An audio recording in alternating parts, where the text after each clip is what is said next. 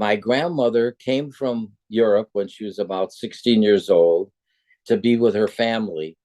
And a man came from Texas and he was visiting Milwaukee and he saw my grandmother and he said, I'll pay for your coal for a whole year if you let me marry your daughter.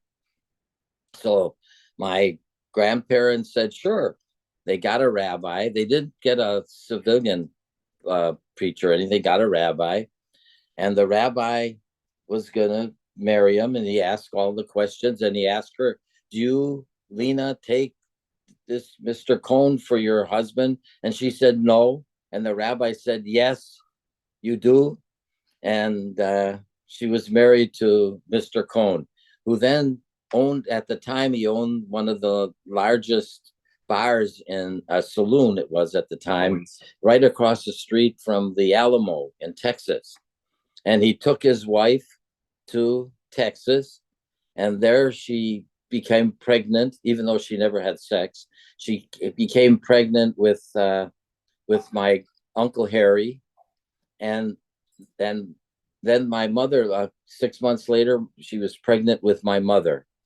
When after they get there, she becomes pregnant, and then a year, 9 months later, she had my Uncle Harry, and then a while later after that, she was pregnant with my mother, and she hears a knocking on the door, and they opens the door up, and the woman says to her, "What are you doing with my husband?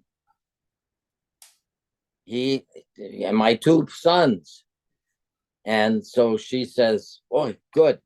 And she gets in a car and she goes back to Milwaukee. She leaves her husband. And what about the Okay? babies? with with her son, with my Uncle Harry, and with my pregnant mother. Well, then she goes to Milwaukee. Well, Mr. Cohn comes there and he buys them a house because he wants his children. He's wealthy, and he buys a house for the children. So and then he disappears. We never really hear from him the rest of the story.